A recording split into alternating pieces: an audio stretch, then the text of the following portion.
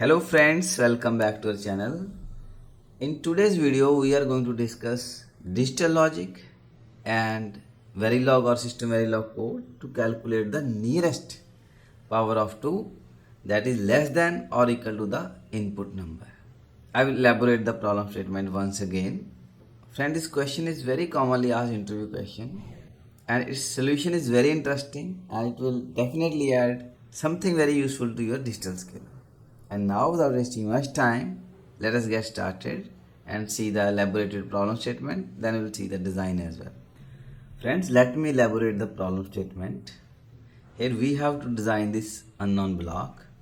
Its input is A, its output is Y, and Y is the nearest power of 2 that is less than or equal to the number.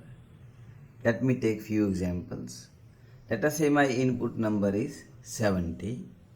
The output will be 64 because 64 is 2 raised to power 6 and it is nearest to the 70 but less than 70. And if we talk about 2 raised to power 7, it is 128 but it is greater than 70. So our appropriate answer is 64. Now let us say my input is 16. Output is also 16 because 16 is already 2 raised to power 4. Then both are equal. If input is 5, output will be 4. Friends, by now I think the problem statement will be clear. Now you can pause my video here. Try to write its Verilog or system Verilog code. For simplicity, I changed the input and output. I made it 3 bits.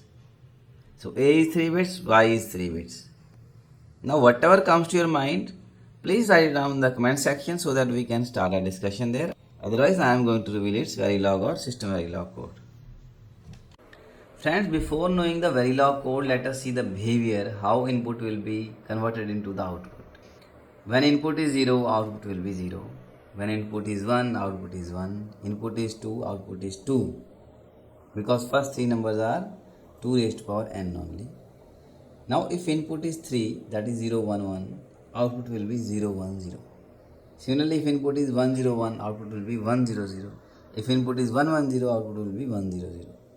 So one of the very simplest method is you can put those many if else statement or case statements and you can convert it into output, but that is not the efficient way.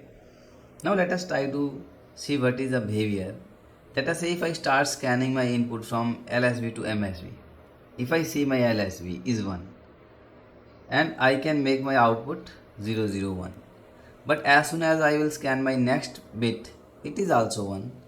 Then immediately I can say that it is 0, 1, 0. So output I can replace with 0, 1, 0.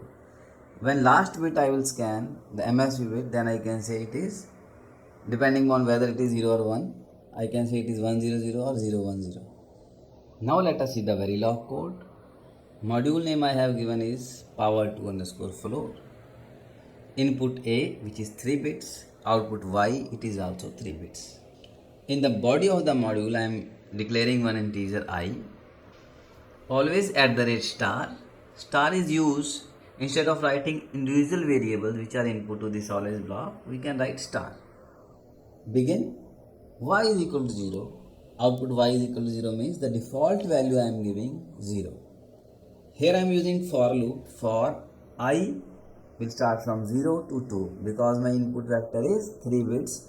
So my I will vary from 0 to 2 so that I can scan this input variable.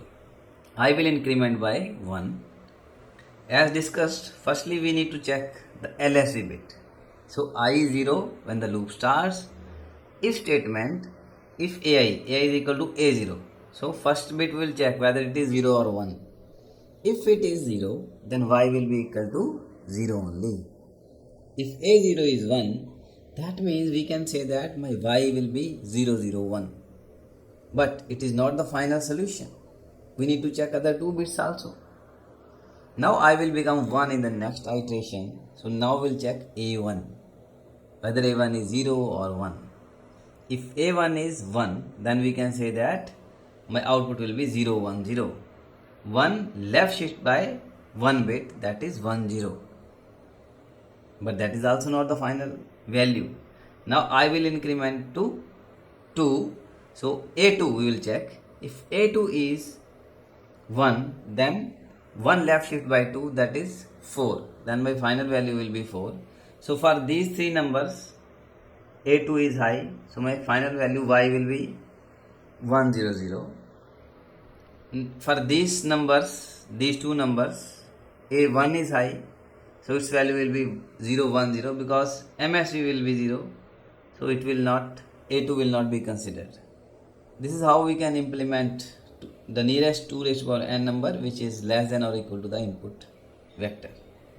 Friends, now my next question to you is, what will be its digital logic? You have to draw the digital logic diagram for this particular Verilog code. Now you can pause my video here, try to think of its digital logic. If something comes to your mind, please write it down in the comment section so that we can discuss it there. Otherwise, I will reveal its digital logic in the upcoming videos. Now the second question is, here for simplicity I consider my input vector only 3 bits, output also was 3 bits. But I want to write a parameterized Verilog or system Verilog module that works with a variable input width. So my input vector will be n bits. That my module is parameterized module. Y will be also n bits. So you have to write its Verilog code. I can change n as per my requirement at the time of instantiation. So this is very simple. Very minor changes we have to do in this Verilog code. And I expect all of you or most of you should be able to do it. As soon as you are able to write the Verilog code, please write it down in the comment section so that we can discuss it there. Otherwise, I will reveal this solution also in the upcoming video. With this, I am going to end this video. I hope that this video will be quite informative for all of you. If you also like this video, please press the like button and you can share your feedback in the comment section. And in future also, we are going to create many such videos. If you are interested on those videos, don't forget to subscribe my channel and press the bell icon to get a notification of all the upcoming videos. Thank you so much for watching and your time.